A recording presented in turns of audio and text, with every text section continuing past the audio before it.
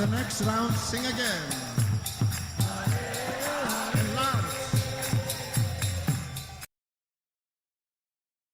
Hare Krishna, dear devotees, please accept my humble obeisances of worship to Prabhupada. Thank you all for joining His Holiness Candramauli Swami Maharaj's daily class. Today we have Her Grace Sridevi Mataji to give class for all of us on the topic of Srimad Bhagavatam, first canto, 13th chapter, verse number 44. Hare Krishna Mataji, please accept my humble obeisances. All glories to Prabhupada, all glories to Srila Prabhupada, and all glories to Guru Maharaj. Thank you, Mataji, for your time and association. You can take over the call, Mataji, whenever you are ready. Hare Krishna.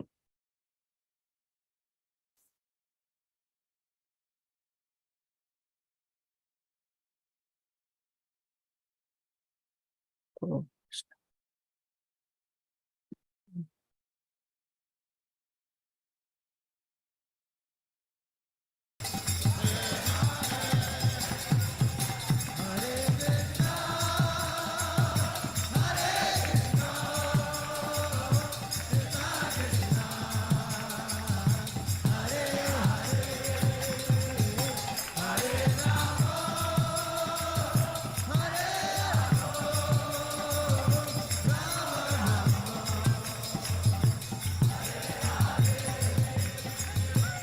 Krishna Hare Krishna, Krishna Krishna Hare Hare, Ram Hare Rama, Rama Rama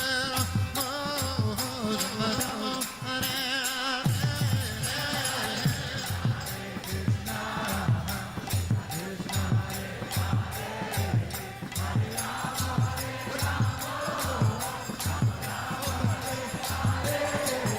Hare Krishna, Hare Krishna.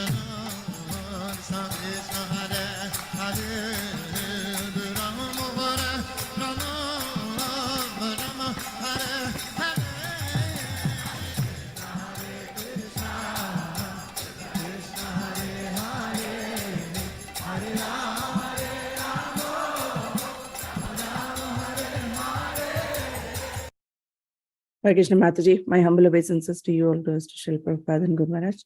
Mataji, you can please take over. I introduced the class already. I think your internet is not proper.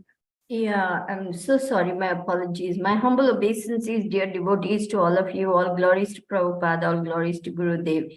Vancha kalpatarubhyascha kripa sindhubhya evacha patitanam bhavanebhyo vaishnavebhyo namo namaha. So thank you all so much for your patience. We are now on Srimad Bhagavatam, Canto 1, Chapter 13. We are continuing with Dhritarashtra leaves home, and we are on verse number 44. To remind you all where we are, Narad Muni has arrived on the scene, and he is now speaking to Yudhishthira Maharaj, who is lamenting because he cannot see where his two uncles have gone, where is his auntie, where have they all disappeared, what is going on. He's very puzzled. And also, being a very pure-hearted Vaishnava, a pure devotee of the Lord, he blames himself for their departure. So now Narad Muni is enlightening him, and we all get to hear that wonderful dialogue. So Narad Muni is speaking over here, O king, and then different verses, about 4-5 verses are being spoken. So it goes like this, and I will begin with the Mangalacharan prayers. Om Namo Bhagavate Vasudevaya. Om Namo Bhagavate Vasudevaya. Om Namo Bhagavate Vasudevaya. Narayanam Namaskritya Naram Chaiva Narottamam Devim Saraswatim Vyasam Tato Jaya Mudirayet Nashta Prayeshva Bhadreshu Nityam Bhagavata Sevaya Bhagavati Uttama Shloke Bhaktir Bhavati Naishtiki. Yanmanyase dhruvam lokam adhruvam vana chobhayam sarvatha nahi sochaste snehad anyatra mohajat. So translation and purport by His Divine Grace A.C. Bhaktivedanta Swami Prabhupada, Srila Prabhupada ki jai. O King, in all circumstances, whether you consider the soul to be an eternal principle, or the material body to be perishable, or everything to exist in the impersonal absolute truth, or everything to be an inexplicable combination of matter and spirit, feelings of separation are due only to illusory affection and nothing more. Purport. The actual fact is that every living being is an individual part and parcel of the Supreme Being, and his constitutional position is subordinate cooperative service. Either in his conditional material existence or in his liberated position of full knowledge and eternity, the living entity is eternally under the control of the Supreme Lord. But those who are not conversant with factual knowledge put forward many speculative propositions about the real position of the living entity. It is admitted, however, by all schools of philosophy that the living being is eternal and that the covering body of the 5 material elements is perishable and temporary. The eternal living entity transmigrates from one material body to another by the law of karma, and material bodies are perishable by their fundamental structures. Therefore, there is nothing to be lamented in the case of the souls being transferred into another body or the material bodies perishing at a certain stage. There are others also who believe in the merging of the spirit soul into the Supreme Spirit when it is uncovered by the material engagement. And there are others also who do not believe in the existence of spirit or soul, but believe in tangible matter. In our daily experience, we find so many transformations of matter from one form to another, but we do not lament such changing features. In either of the above cases, the force of divine energy is uncheckable. No one has any hand in it, and thus there is no cause of grief.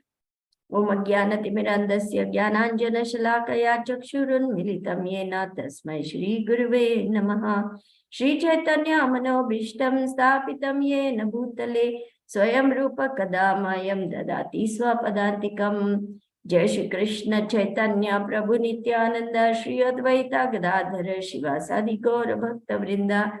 Hare Krishna Krishna Krishna Hare Hare, Hare Rama Rama Rama Hare Hare.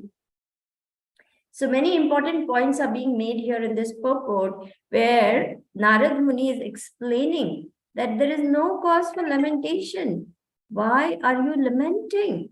The body is temporary. It's the soul which is eternal, and it simply changes bodies. And that soul is eternally part and parcel of God. There is no change when it comes to the eternal spirit soul. Vammaivamsho jiva loke, jiva bhuta sanatanaha, manasasthani indriyani, prakriti sthani karshati. What is the meaning of that? That's chapter 15 of Bhagavad Gita, verse number 7. It is being explained, and maybe we can go over there because that's a very clear explanation of the eternal nature of the separated living entities who are eternally part and parcel of Krishna. So, Srimati, would you like me to screen share, or should I request you to screen share? What would you like to do? Haribol? Are you there, Srimati? 15:7 of Bhagavad Gita. We will see over there how Krishna is explaining to Arjuna why he should not lament. Over there also Arjuna is lamenting. Why? Because he says, now I have to kill all these people. What will happen to their wives, to their children, etc., etc., etc. So now Krishna has been speaking. Sorry, Mataji, I was talking on mute. Sorry, I didn't realize. Yeah. That's it. So Mamaivamsho jiva loke, jiva bhuta sanatanaha, manasasthani indriyani, prakriti sthani karshati. As I explained just now, what does it mean? It means Krishna is explaining the living entities in this conditioned world are my eternal fragmental parts. Eternally. Not just for now or this lifetime or 5 lifetimes or 15,000 lifetimes, but eternally. They are mine. They are my fragmented parts. But due to conditioned life, they are struggling very hard with the 6 senses, which include the mind.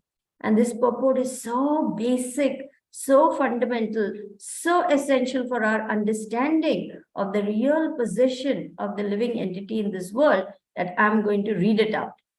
In this verse, the identity of the living being is clearly given. The living entity is the fragmental part and parcel of the Supreme Lord eternally. It is not that he assumes individuality in his conditioned life and liberated life, he becomes one with the Lord. He is eternally fragmented. It is clearly said, Sanatanaha. According to the Vedic version, the Supreme Lord manifests and expands himself in innumerable expansions, of which the primary expansions are called Vishnu Tattva and secondary expansions are called living entities. In other words, the Vishnu Tattva is the personal expansion called Swamsha, and the living entities are the separated expansions which are described as Vibhinnamsha. By his personal expansion, he is manifested in various forms like Lord Ram, Narasimhadev, Vishnu Murti, all predominating deities in Vaikuntha planets. The separated expansions, the living entities, are eternally servitors. Eternally. We are eternally part and parcel of Krishna as his servitors. The personal expansions are always present. Similarly, separated expansions have their identities. A fragmental part and parcel of the Lord, the living entity, also is fragmental in terms of having the same qualities. And Srila Prabhupada beautifully describes many times, just as a drop of water of the ocean has the same qualities as the ocean, but is only different in terms of amount. A drop is like almost nothing. And what is the ocean? Huge.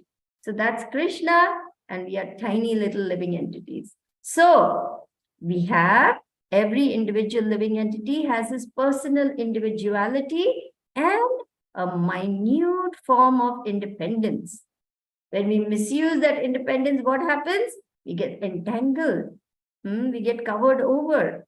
Okay, let's continue reading. It's so beautiful. By misuse of that independence, one becomes a conditioned soul. And by proper use of that independence, he is always liberated. What is the proper use of that? That means I use my independence to understand my real position and eternally engage in loving service to Krishna. That I'm free. I'm free, I'm liberated because the material modes will not entangle me because I'm situating myself in the divine internal energy of the Lord. In either case, he's qualitatively eternal as the Supreme Lord is. In his liberated state, he is freed from this material condition and he's under engagement of the transcendental service of the Lord. In his conditioned life, however, he's dominated by the material modes of nature and he forgets the transcendental loving service of the Lord. As a result of this, he has to struggle very hard to maintain his existence in the material world. Srila Prabhupada describes, just like the son of a rich man, he leaves his father's house and he goes wandering out into the world and he gets all beaten and robbed and stolen of all his, possessions, and he's reduced to a beggar. We have forgotten who we really are and we are struggling to eke out an existence. But when we remember who we are eternally servants of Krishna. And we engage in his loving service. Krishna is happy to take care of that obedient soul who comes back to him. And we don't have to struggle with the material energy for our existence. This is the importance of understanding who we are. It leads to the path of liberation. While forgetting who we are means we are overwhelmed by the three modes of material energy and we are constantly struggling to exist in this material world. So you see how important it is to understand this? Karshati. Okay, we'll stop over there. That's basically what I wanted to point out in terms of this particular purport to explain what Narad Muni is saying over here, that, my dear king, please understand that every living entity is part and parcel of Krishna.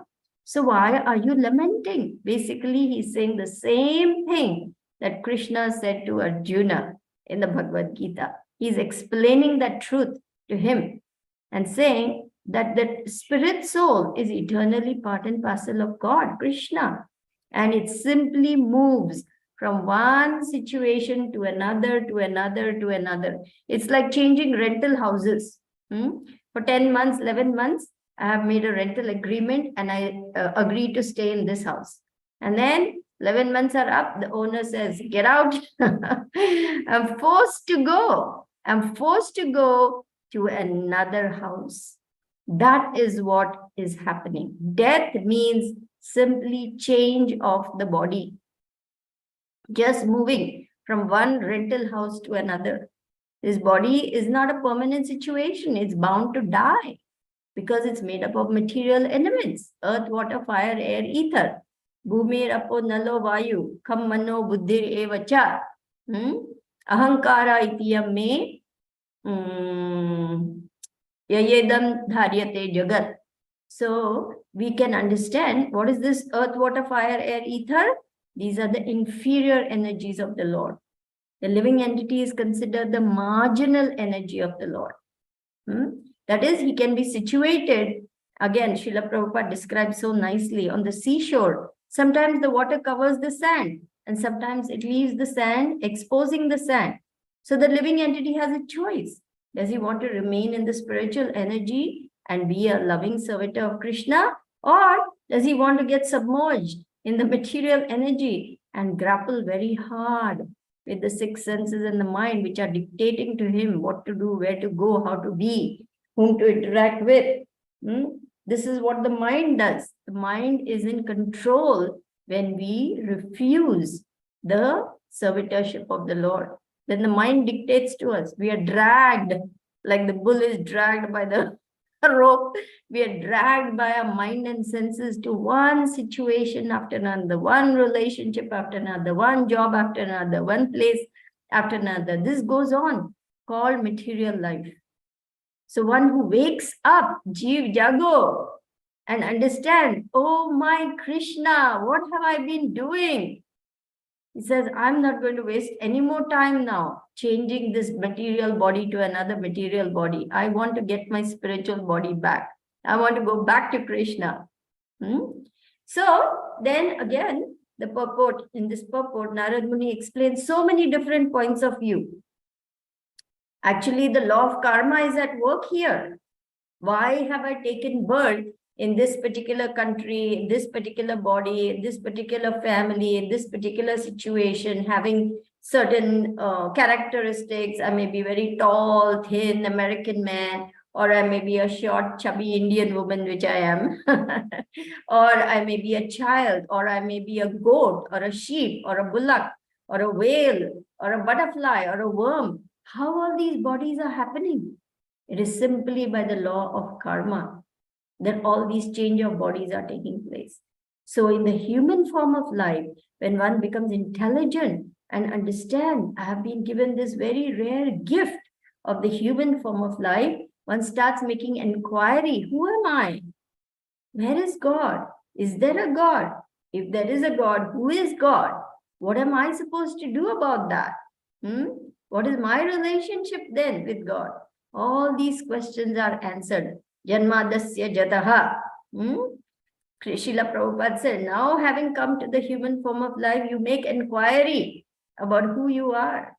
Who is God? What is your relationship? And this is the only movement in the world which is teaching this absolute fundamental basic truth about life. There is no place else where you will get this pure knowledge, because it is coming as it is from the Supreme Lord himself in the disciplic succession. Evam parampara praptam imam rajarshayo vidhu. In the 4th chapter, 2nd verse, Krishna explains that I explained the supreme science, but in the disciplic succession it was broken, and so now I am explaining it to you again. The saintly kings understood it in this way, in the disciplic succession. So what we are receiving is the pure knowledge as it is in disciplic succession through Srila Prabhupada's mercy. Okay. There are others who believe in the merging of the spirit soul in the Supreme Spirit. That's the impersonalism, impersonalist belief. Then some say there is no such thing as soul. They absolutely refuse to believe. Everything is just a combination of matter. You remember that famous conversation with Professor Dostoevsky of Russia with Srila Prabhupada? And he says, with death, everything is finished. He believes everything comes to an end. So Srila Prabhupada said, this is the knowledge of these so-called professors and scientists and philosophers and academicians. You know, they have no knowledge of what is real, what is unreal, what is truth, what is untruth. They just go on mentally speculating and present that mental speculation as all in all. And some of them are very, very clever at word jugglery. They'll present something so absurd and so ridiculous as entirely plausible and probable and even the absolute truth, because they are very clever at presenting things through word jugglery. Prabhupada says this is just word jugglery, and we should not get fooled by that. When people present something like atheism, impersonalism, and we should be strong enough to challenge them. We should say, on what basis are you saying this? Which parampara is this coming from?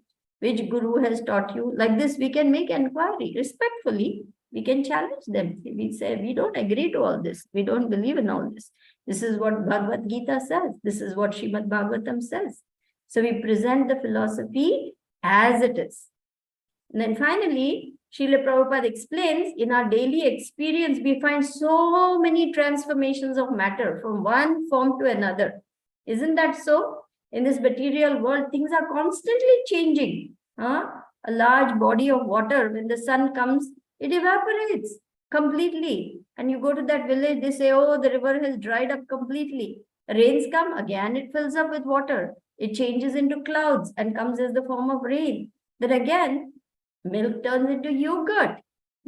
Yogurt, we turn it into buttermilk. And we churn that yogurt with all the nice cream in it, and then we get butter. So many things are changing constantly. Food, uncooked food is transformed into cooked food by heating it up with some water and oil and spices and so on. And then it becomes palatable food. So like this, all the time there is change in this material world. Every moment we are changing. We are not the same as we were even 6 months back. They say all the cells of the body are completely changed every 7 years. So we are not the same at all. We're constantly changing. But what is changing? The material, external covering of the spirit soul, which is unchangeable, is changing. And at the time of death, I will simply discard this body like an old dress and then go on to another body. What kind of body I will get next depends on my activities in this lifetime. That is how important it is to understand. What kind of activities I carry on will decide the next body I'm going to get. Hence, we encourage everyone, at least take to the devotional service of the Lord, at least engage in loving service, even if it's a little bit, because it guarantees you a human form of life. Of course, that is the least one can do. Ideally would be to completely be absorbed in the transcendental loving service of the Lord, come into the association of devotees, get initiation, get the guidance and rectification from the bona fide spiritual master, so that you are properly situated and make progress on the path of bhakti, so that you can become perfect in Krishna consciousness. As Srila Prabhupada said, this is training ground. You're getting trained up to go back to the spiritual world. Just like when you join any organization, they say, okay, we're going to send you for 6 months training. You're on probation. You're going to get trained up for this job. Similarly, we are getting our training under the guidance of the spiritual master to regain our position in the spiritual world where we actually belong. Yeah, we actually were there. We have fallen from grace. We decided to enjoy without Krishna. And here we are taking birth and landing up in one material body after another. But by Prabhupada's mercy, we have received the grace of Guru, which is the supreme gift for my dear spirit souls, we have been wandering in this material world for millions and billions of lifetimes, uncountable lifetimes. And the Supreme Lord has been so merciful in this age.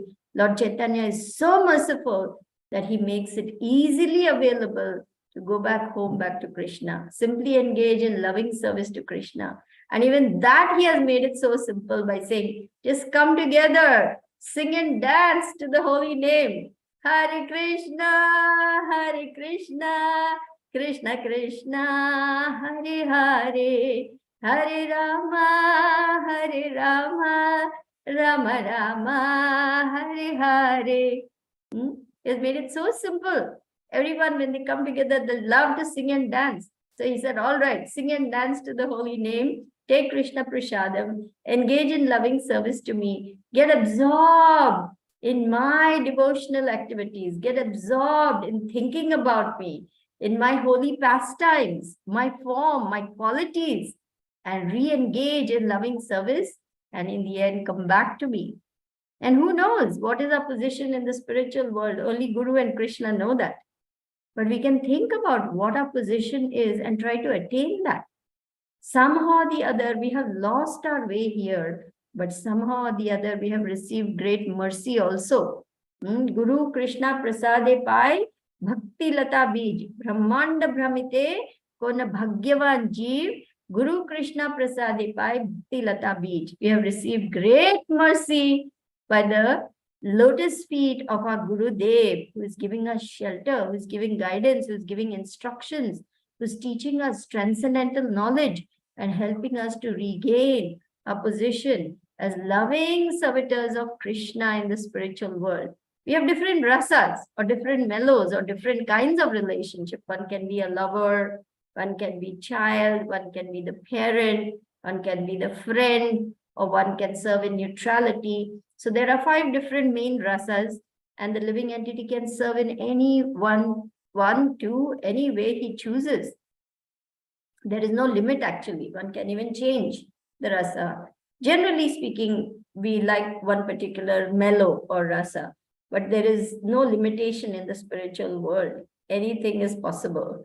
It can be a tree, it can be a flower, you can be a gopa boy, you can be a calf, you can be a river, you can be a yogurt pot. Yeah, even a yogurt pot is alive. The wooden grinding motor is alive. It's a living entity and it's serving Krishna in that way. So like this, the spiritual world has so much variety and is full of enjoyment. Prabhupada says, you want to enjoy? Go back to the spiritual world. Says variety is the mother of enjoyment, and Krishna loves variety. Yeah, so coming back, we do not lament the changing of the material forms from one form to another. So similarly, Narad Muni is explaining, do not lament. Actually, Krishna also says the same thing in Bhagavad Gita 2:11. The wise do not lament for the living nor for the dead. Oh Arjuna, you are speaking learned words, but you are mourning for that which is not worthy of grief, because he has just listened to Arjuna lamenting so much about what is going to happen. Yeah, let's go to 2:11. Yes, there we go. While speaking learned, Sri Bhagavan Uvacha Ashocyan Anvashochastvam Prajna Vadamscha Bhashase Gatasun Agatasumscha Nanashochanti Panditaha. The Supreme Personality of Godhead said, while speaking learned words, you are mourning for what is not worthy of grief. Those who are wise lament neither for the living nor for the dead. Why? Because they understand what they're lamenting for is just the external, is just the, covering. Srila Prabhupada says, what is the use of having compassion for the coat of a drowning man? If a man is drowning, do you try to rescue the coat, or do you try to rescue the man? Obviously, we rescue the man because we are concerned with the living soul, not the external coat, pant, shirt, etc. So similarly, one should understand the real nature of things in this material world. Anityam asukham. Everything is temporary, everything is miserable, nothing lasts, everything is ephemeral, and everything fades away with time.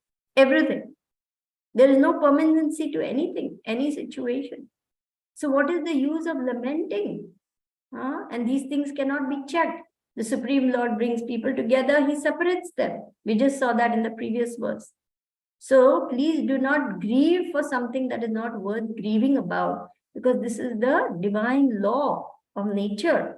Instead, focus on what is real, the spirit soul. So like this, Narada is explaining all these basic truths to Yudhishthira to enlighten him. Now you may say, this is a very feelingless way to be. After all, did not Arjuna lament when his son Abhimanyu was killed? And Srila Prabhupada says, yes, he did lament.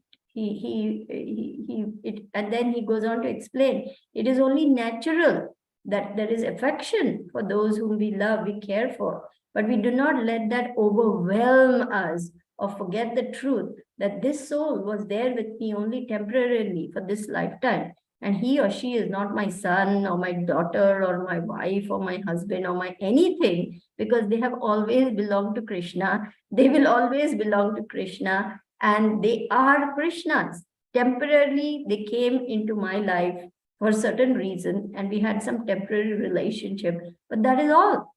It is bound to fade away with time or change with time. Death will separate us no matter what. Death, divorce, separation, move because of change of job. So many people, even married people, they're not even living together because one has a job in one place. This is Kali Yuga, by the way. And another has a job somewhere far, far away. So they don't even meet except on holidays and weekends and things like that. This is already happening in Kali Yuga.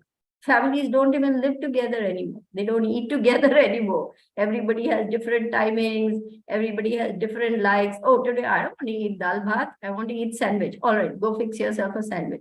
So I eat my sandwich, you eat your dal bhat, somebody else wants pasta. Like this, it goes on. Nobody even has a family meal together. It's so rare these days for families to come together and even have a meal.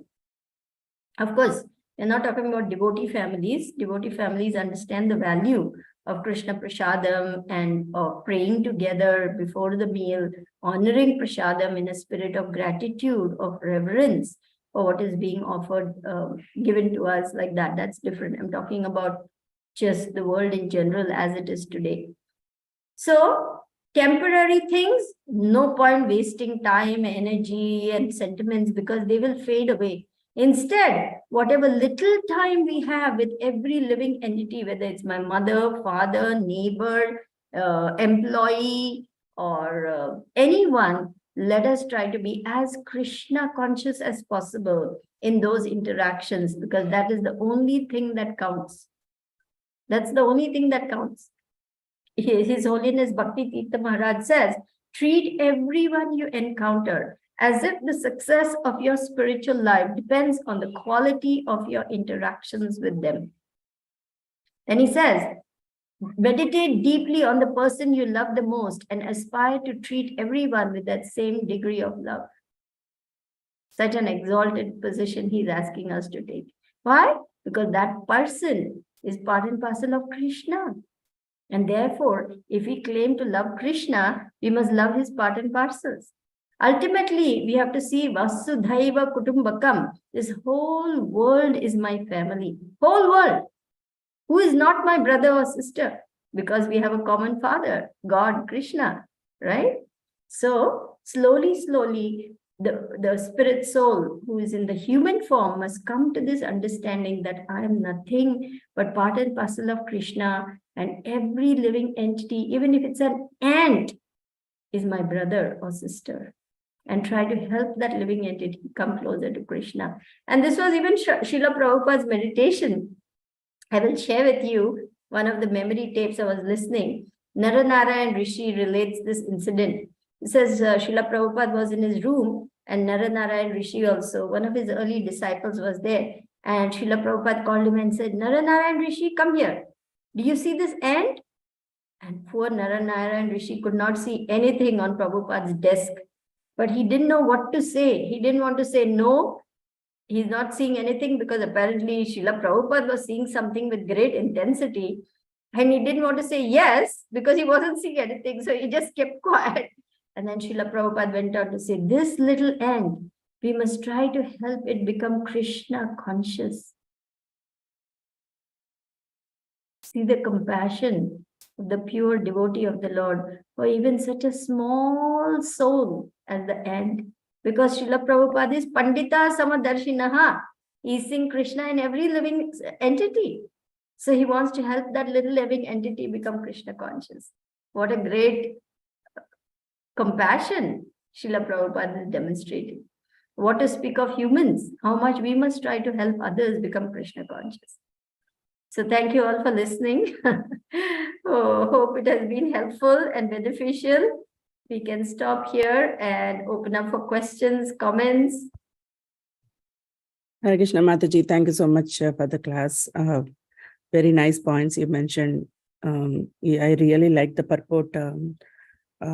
So Srila Prabhupada nicely explained about the position of the living entity. Yeah. Thank you so much, Mataji. Dear devotees, if you have any questions or comments, you can go ahead now.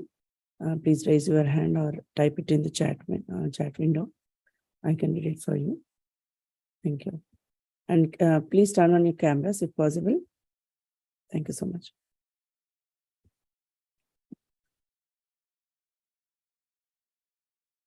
So Mataji, I was wondering, like, so in this Supriya has raised her hand. If you want to give her a chance before you ask. Supriya Mataji, yeah. No, Mataji, you go ahead. I will continue after your question. Okay. I was just commenting on this purport, like I was just going into the purport. I didn't see your raised hand. So so here in this purport in the last part, Prabhupada is saying that we are not lamenting for the small changes happening in our lives, but we are lamenting about changing the but I see the observation, no need to lament, even the material body is changing from one body to other, and also the small changes. But in our cases, I observe or I see that we don't lament for small changes happening in our lives or around us in the matter or in the nature, but we always worry about death and leaving this body. Right, Mataji? I'm here. I'm listening. Carry on. Yeah. So, yeah, I just wanted to know that.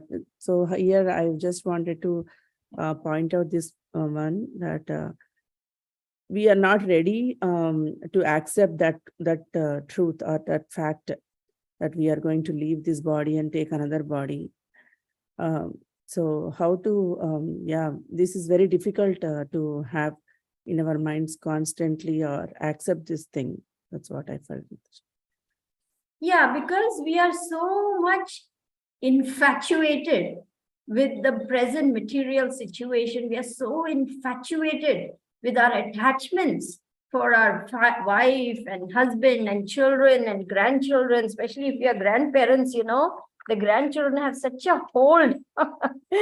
Grandparents love grandkids like anything. They're just waiting for grandkids to come and go for a walk and listen to them babble and listen to them say so many cute things. And they say, oh, today he said this. So we're always being pulled by the material energy into thinking now is all in all. This is going to continue forever. I'm going to be with my grandkids or my kids or my wife or my husband or my lover or whatever attachments we have forever and forever and forever. The material energy has two powers, throwing and covering.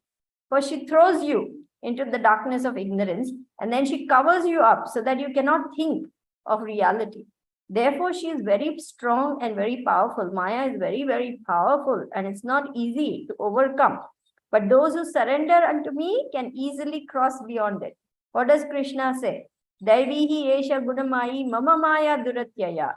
Mam evaya prapadyate mayam itam tarantite. This divine energy of mind, consisting of the three modes of material energy, is very difficult to overcome. But those who surrender unto me can easily cross beyond it.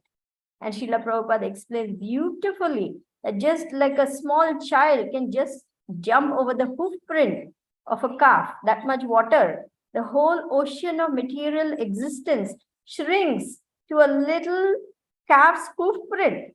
Anyone can just step over it. So the key is to surrender unto Krishna. This is where is the wisdom of the living entity. Those who are wise understand this illusory energy I cannot overcome on my own. Only those who are free can free me.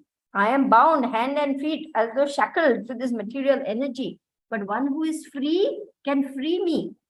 7:14. Let's go to 7:14 because it gives a beautiful description of the position of the liberated spiritual master in Bhagavad Gita, chapter 7, verse 14. In that purport, Srila Prabhupada explains, as a person who is bound cannot free one another who is also bound, only the liberated can free you. So what is the meaning of surrender to Krishna? It means surrender to his representative, the spiritual master. That is the meaning. Yeah, let's look at that purport. Go below. Okay, but no, even further down. No. Okay, yes, this particular. Therefore, only Lord, okay, a man bound by the hands and feet cannot free himself. He must be helped by a person who is unbound. Because the bound cannot help the bound, the rescuer must be liberated. Therefore, only Lord Krishna or his bona fide representative, the spiritual master, can release the conditioned soul. Without such superior help, one cannot be freed from the bondage of material nature. Devotional service or Krishna consciousness can help one gain such release. So we are all prisoners in this material world, and the spiritual master in his infinite mercy comes to save us, to free us from the shackles to which we have been bound for many, many lifetimes. So you're absolutely correct. We are so dazzled by the material energy. We think this is all in all.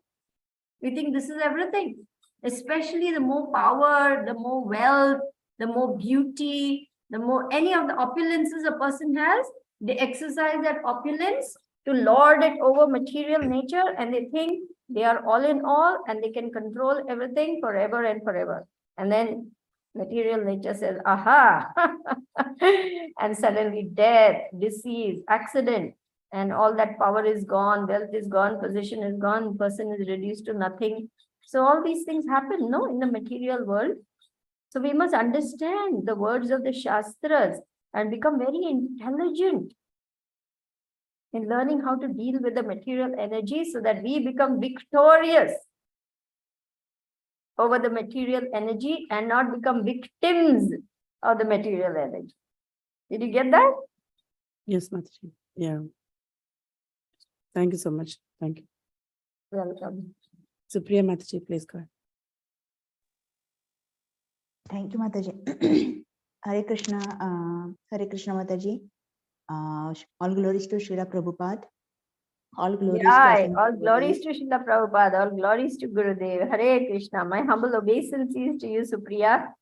Another highly intelligent personality like Srimati and Scarlett and Shilpesh and all of you. When Supriya starts asking questions, I get worried whether I'll be able to answer them. No, this question you will be able to answer, Mataji. You have been, suppose now your background, I heard is you are a psychologist or therapist, right? Yes. If I'm not wrong. Okay. So yes. This is something relational question. Suppose if you take a shelter of a Guru Maharaj and somehow you find a lot of conflicts happening with Guru Maharaj. Okay, I'm not talking about particular Guru Maharaj, but whoever you take a shelter with, but and there are certain conflicts in the sense, whatever the instructions or the service related things are not matching with what he suggests. Then in that case, what you should do? I heard we cannot give suggestions. We cannot say anything. So are we like a blindly follow? We have to blindly follow him, and at that time we may not even feel like doing things. You No, know, we are not, nobody says that we should be like sheep and blindly follow, without understanding, without applying one's intelligence and so on. But Srila Prabhupada says you must test the guru for at least 1 year, because you and that guru may not be a good fit. You must feel completely confident that this is the person I can surrender to. And then you follow blindly, because you have become totally confident that this person can take me back home, back to Godhead. But until that point where you feel fully confident and you're fully surrendered, you have a right to test the guru, and the guru will also test you. but how do you test, Mataji? How What do you you mean test? by By testing? asking questions.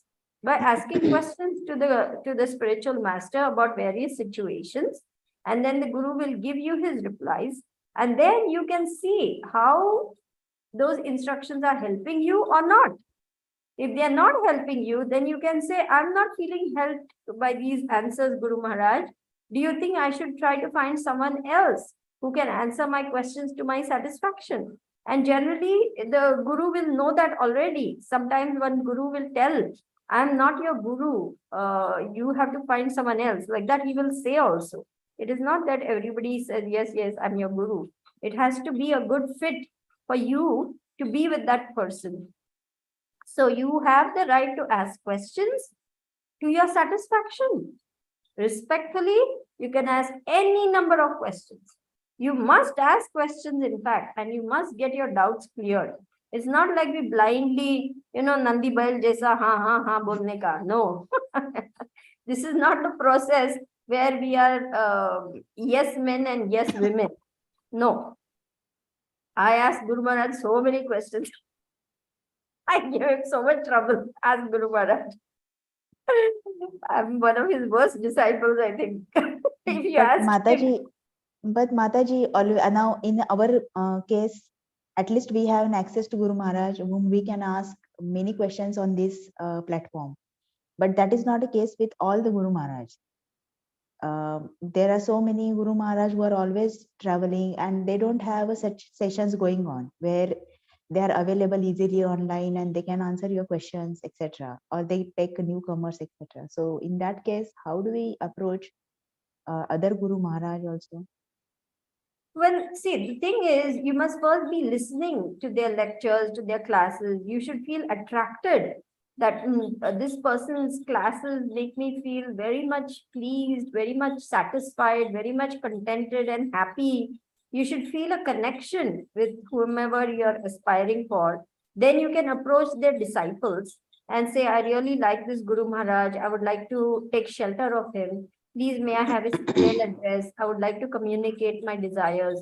So you have to make the efforts to contact. Yes, Guru Maharaj are very busy people. They're traveling, they're doing so many things. But there are always ways and means to connect with that Guru Dev and express your desires and establish a relationship, a connection. I remember first I got Guru Maharaj's email address. I started writing to him. And then he encouraged me to continue writing. I asked so many questions.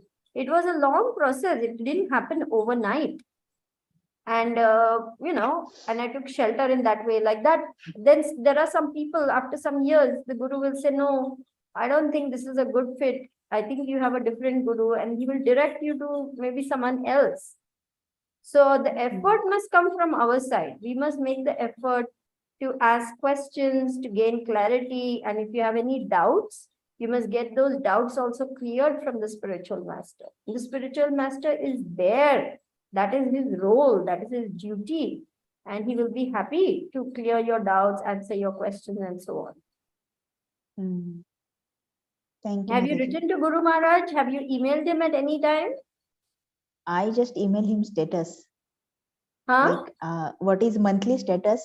Whatever I'm doing monthly things, that I'm writing to him on the monthly basis, once in a month. But that's it. But you're not asking any questions? I'm not asking any questions, at least on email. At least in Why email, not? I don't. I just felt like, okay, let me ask him face to face. Anyway, we have this session going on. Okay. Okay. Okay. Because sometimes what happens when we have a written communication, it has a different impact. Right. And when we have verbal communication, it has a different impact. Right. Okay. So that's why I thought. Yes, you must ask questions, and whatever doubts you have, go ahead and get them clarified, because doubts are like demons. They just grow and grow and grow. If you keep harboring doubts, it is very detrimental for spiritual life. So get your doubts cleared. Whatever question you have to ask, you can ask uh, the spiritual master. Of course, this particular daily class is not exactly a format for asking personal matters. For that's why there is email. It is more for philosophical discussion of understanding a particular subject matter. So if you ask Guru Maharaj, should I take initiation? He'll say, write to me separately, and then I will answer those questions. Like that, he will say. So on these daily classes, you can just get a general understanding of the subject matter of Krishna consciousness. But for personal matters, you're most welcome to email him and write to him. That is also fine. I did not know that we should, I thought probably I should give little more time to establish this strong relationship, so he knows me and I know him on the personal level, so we can connect well. I don't know the process much, but I'm just following whatever you have done and whatever you are doing. I'm just doing that.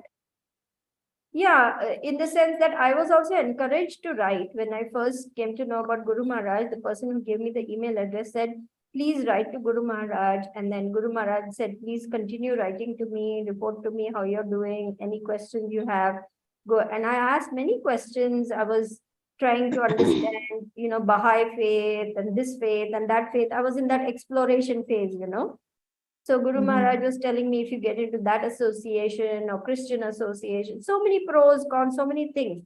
So he was always there to guide me and to help me and make choices for myself. Guru Maharaj never ever forced me to do anything. Never, never ever. He was always presenting the situation and explaining things to me. And then it was up to me what I chose to do, like that. So this you did before initiation? Yes, yes. All this was before it for almost 2 years. 2001. Yes, I got initiated 2004.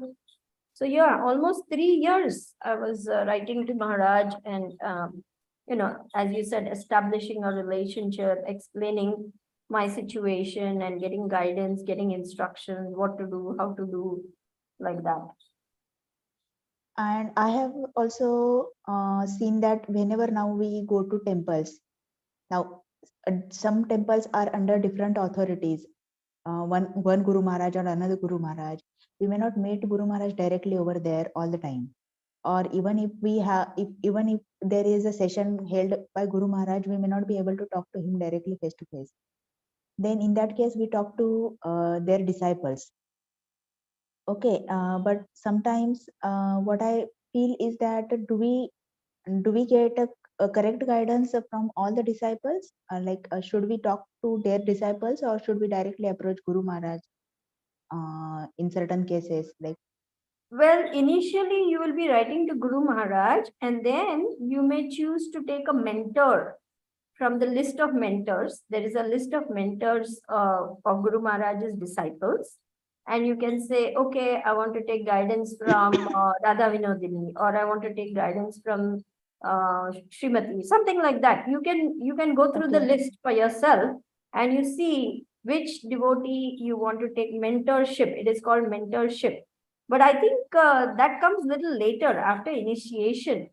I don't know if it is, Srimati, is it there for aspiring disciples also to take mentorship? Yeah, I think so. Yes, Mataji. I think it is there for, aspiring disciples also. So there's a process. And if you want further details, I think Radha Vinodini is in charge of that. You can connect with Radha Vinodini Mataji. and ask her, can you please give me more information about list of mentors? I would like to talk with them or connect with them.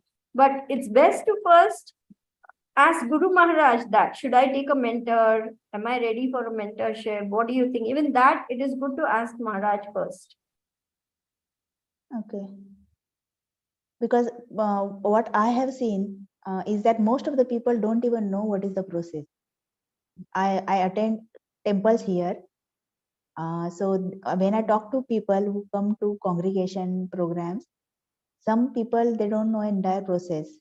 So if you seek Yeah, the many guidance from them. some gurus, they don't even have the mentorship system. That is true. Recently, I had gone to America.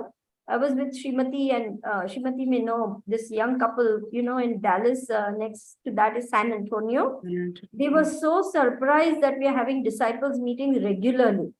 They said, wow, you all are so lucky. Your Guru Maharaj does disciple meeting? I said, yes, every 6 months for years.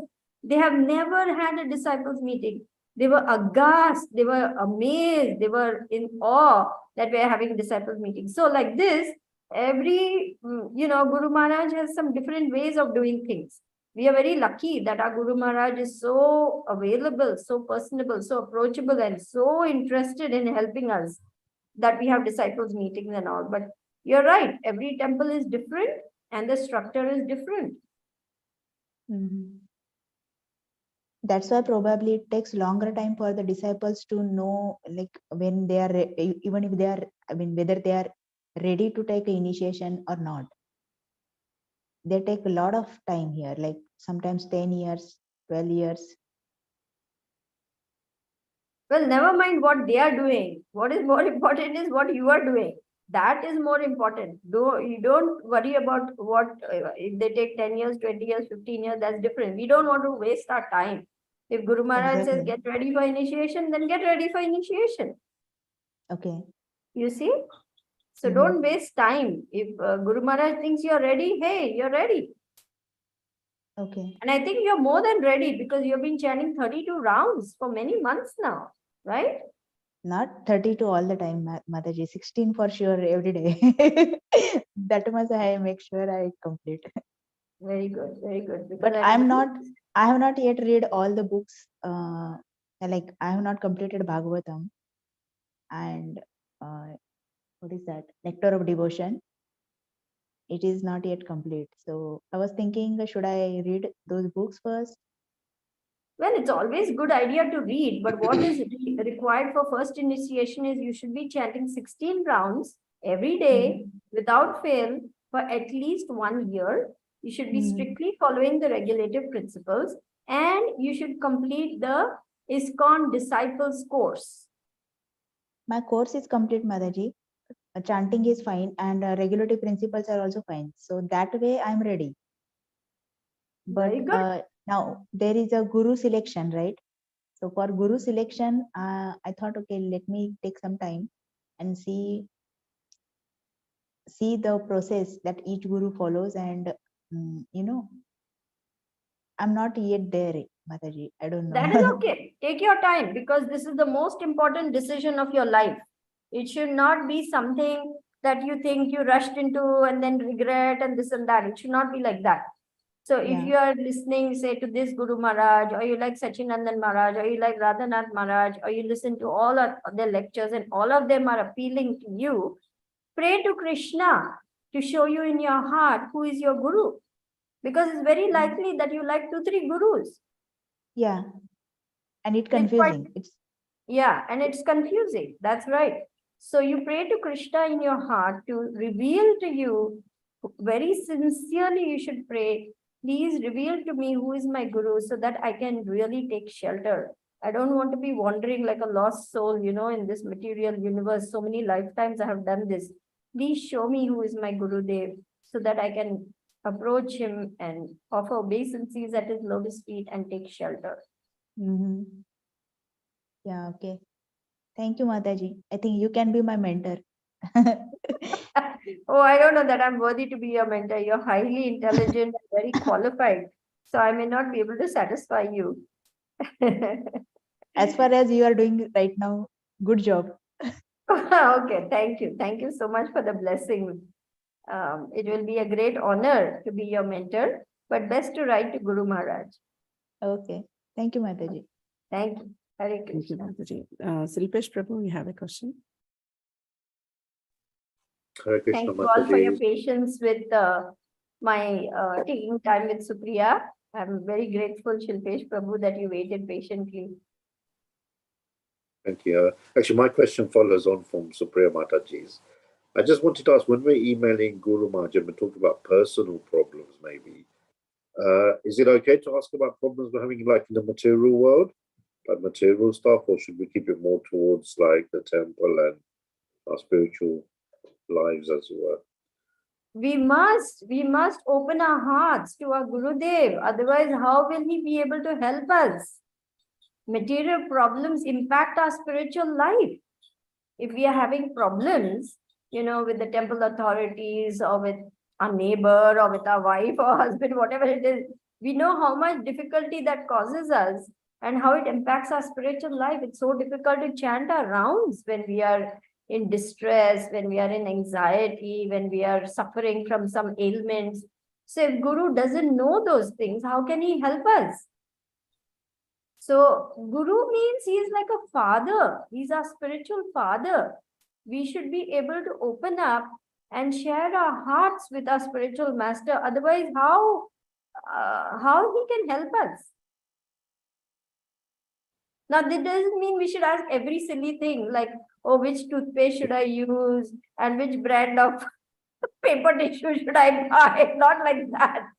We should talk about those things which are deeply impacting us because they are going to play a big role in our spiritual life. And even if we are not under distress for very important life-changing decisions, we are supposed to talk to the Guru, like a choice of a spouse, choice of a career, choice of a change of location. I want to move from one country to another. Our Guru should know about it. Big life-changing decisions, our spiritual master must know and must give the last word on that. It should not be that we do things independently and whimsically. Or your mentor, somebody. We should always work under authority. We must understand that this process means working under authority of somebody. Wonderful. Thank you, Mataji. That's really helped. What do you think, Srimati? Am I being accurate? Maybe Srimati can also say a little something about this. Yes, Mataji. Yeah, even I have experience. I also write to Guru Maharaj about my problems because if they are affecting our sadhana and if they are affecting our spiritual life or advancement in Krishna consciousness, then definitely I think we have to explain it to Guru Maharaj and ask solutions or ask what can I do? How can I go further? How can I deal this situation like this? Definitely, I think we have to ask. Yeah. So, And this is bona fide. This is not, asking for mollycoddling or asking for extra attention. This is actually a must. Srimati, go to Bhagavad Gita 2:7, please. yes. Chapter 2, verse 7, where Krishna is explaining, and then Srila Prabhupada gives a beautiful purport where he says that man, whether he likes it or not, he is caught up in material perplexities. So it behooves, he uses this word, it behooves one to take the shelter of the spiritual master. This is a very famous verse. Now I'm confused about my duty and I have lost, one second, translation, one second. Let's go a little below. Yeah. And I have lost all composure because of miserly weakness. In this condition, I'm asking you to tell me for certain what is best for me. Now I am your disciple and a soul surrendered unto you. Please instruct me. And see the purport, the very first line.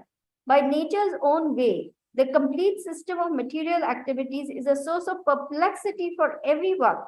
In every step, there is perplexity.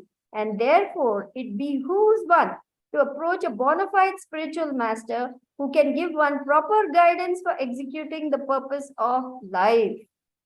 All Vedic literatures advise us to approach a bona fide spiritual master to get free from the perplexities of life which happen without our desire.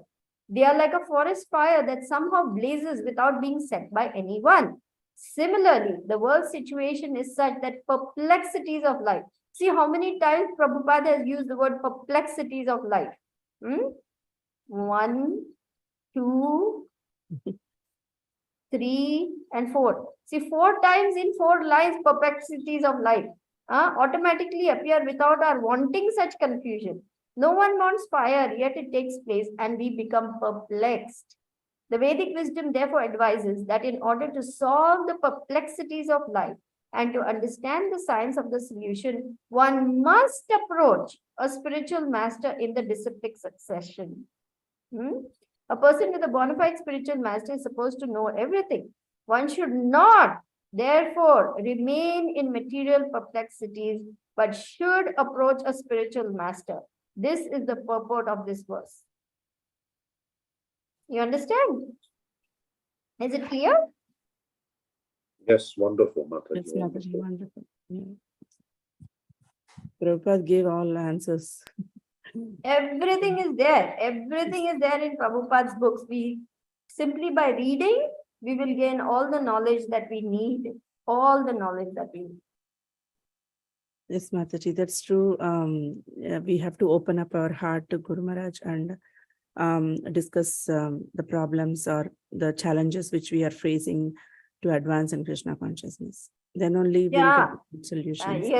Yes, you absolutely said it. And I remember once Guru Maharaj, really feeling so bad that disciples don't write. Yeah. I remember in Govardhan Eco Village for the disciples meeting, how much, Guru Maharaj was feeling that my disciples don't write to me. They don't tell me what is going on. How can I help them? He was feeling so helpless, that we don't write to him. We don't share what is going on in our lives. Then how he will be able to help us? That is why he was particular that maybe they are embarrassed to talk about their problems. Then he instituted the mentorship system, saying that, okay, maybe, some Matajis feel awkward to write certain things, so they can talk to another Mataji. The boys can talk to the other boys, men can talk to the men, like that. So he instituted the mentorship system so that we can get our doubts cleared like that, So Guru Maharaj is trying in so many ways to help us. My dear God family, please let us take advantage of Guru Maharaj's presence and get all the answers now. We never know when Guru Maharaj will decide to go back to the spiritual world. We don't know.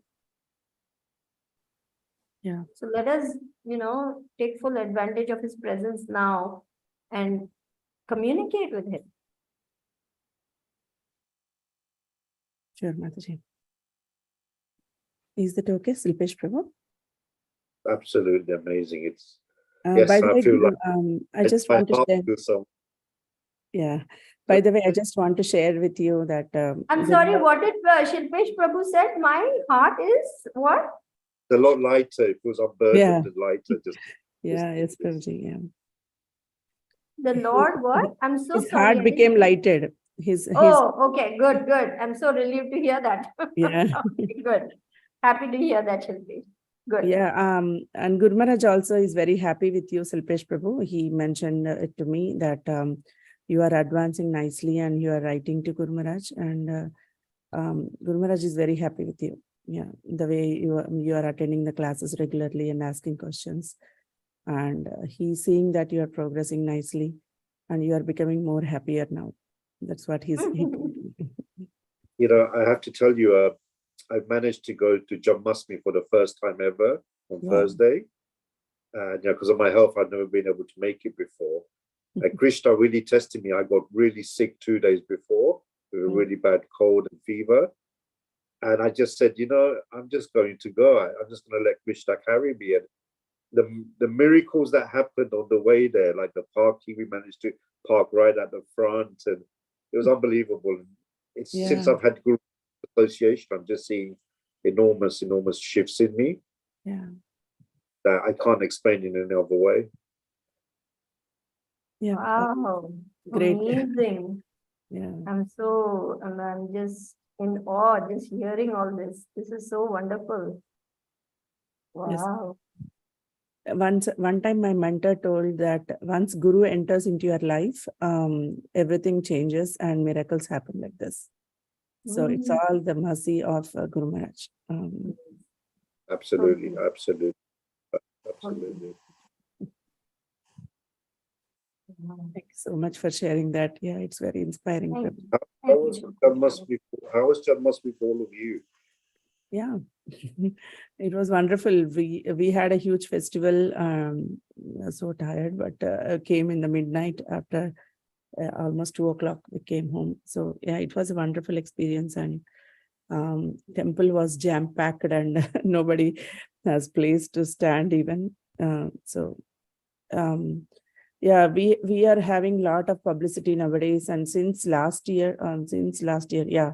Once the COVID is over and the temple is reopened, we had huge numbers. Even for Sunday feast also, we have 400 people in the temple. So many are looking for Krishna consciousness, and everyone are attracted to come to the temples nowadays. It's a very huge program. It was very huge. That's wonderful. The manor is actually... Yeah, sorry, Prabhuji. Please go ahead.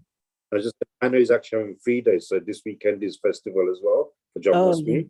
Yeah. We're having a good summer here, so it's like 33 degrees. So it's going to be very busy this weekend, I believe. My wife is there serving, but I'm resting up. Nice. Yeah, I heard it from Sukhava Mataji that they are all busy this weekend. Yeah. Yeah. And Mayapur, how it, Mataji, you didn't share any pictures to us. Yeah, the temple was so crowded, so jam-packed, it was so hard. Even I could not go close to the deities. I was far away. So it was really, just overwhelming, the crowds. But I hung in there till midnight, past midnight. Abhishek happened, beautiful Abhishek. And then, of course, Charanamritam was given out. And then they had midnight feast, but I didn't want to go for all that. It was just too much. So I just came home. I broke the fast by taking little fruits and Charanamritam. And then because I was determined to wake up for Mangalarti for Prabhupada's appearance day, so I didn't want to eat too much also because it was almost like 1 o'clock. So I just went to sleep, and literally 3:45, I had to drag myself out to go for Vyas Puja. I was so tempted to fall asleep again, but I said no. Vyas Puja is actually even more important than Janmashtami because Prabhupada took birth to save us. So somehow I managed to get my act together and go for Vyas Puja. And I'm so glad I did because it was so beautiful in the morning. And then they had a whole day program, but I could not, manage the whole thing. So I stayed on till about 8:39. Then I came home. I watched a little bit online. And then I had to sleep. I could not carry on because I've been awake from 2:30 more the previous day morning all day like that. So it was like 24 hours almost. So it was impossible for me to carry on. So I just came home. I took rest. And then I offered my own Vyasa Puja offering to Srila Prabhupada at home because I was away on Nasik Yatra, so I could not submit my written offering for the Vyasa Puja book. So I just offered my Vyasa Puja offering at home to Srila Prabhupada on my altar and then went to bed. The thing is, the temple is so huge that it is very overwhelming. Very, very overwhelming. Thousands and thousands and thousands of people thronging. So I feel a little lost still in Mayapur because I'm not used to that. This is the first time I missed my usual temple in New Talavan, because in New Talavan, it's such a small temple compared to this. And I used to put, the footprints, rice flower footprints of baby Krishna. That was one of my seva, all the way to where the cradle was. So I missed doing that service. I missed all the festivities that I used to take part in. Here, I could not do any service because everything is all booked up ahead of time. It's very difficult to get anything. So you can just go and attend like that. So that's what I did. Made a sweet at home like that. We did Pushpabhishekam. I went for a home program where they did Pushpabhishekam for their deities. So carrying my deities.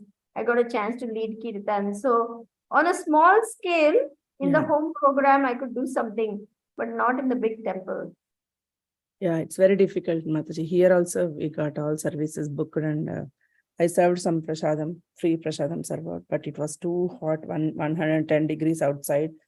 I was like, couldn't stand. All devotees suffered, especially whoever are doing Nirjala, they suffered a lot. Oh yeah, that was hard for me too. For the first time in so many years, I was really thinking, oh my God, I'm getting old now. This is becoming hard. Even I think the same. Mhm. I used to not feel that so much, but this year I felt it. Mataji, we are almost into 1.5 Okay. hours. So Yeah, we can. if we there are can no more stop here. questions or comments, I Yeah. think we can stop here. Sure. Thank you so much, Thank you. everyone, Thank you for your patience, Srimati, with all this back and forth and so many discussions. But I think it was important to answer in Yes, depth. yes, Mataji. Thank you. Definitely. Thank you so much, Mataji. Thank you all devotees. Vancha kalpatarubhyasya kripa sindhubhyeva patitanam pavanebhyo Pranam Pavanebhyo Vaishnavebhyo Namo Namaha. Bhagavatam ki jai, Srila Prabhupada ki jai. Hare Hare Krishna. Guru Maharaj.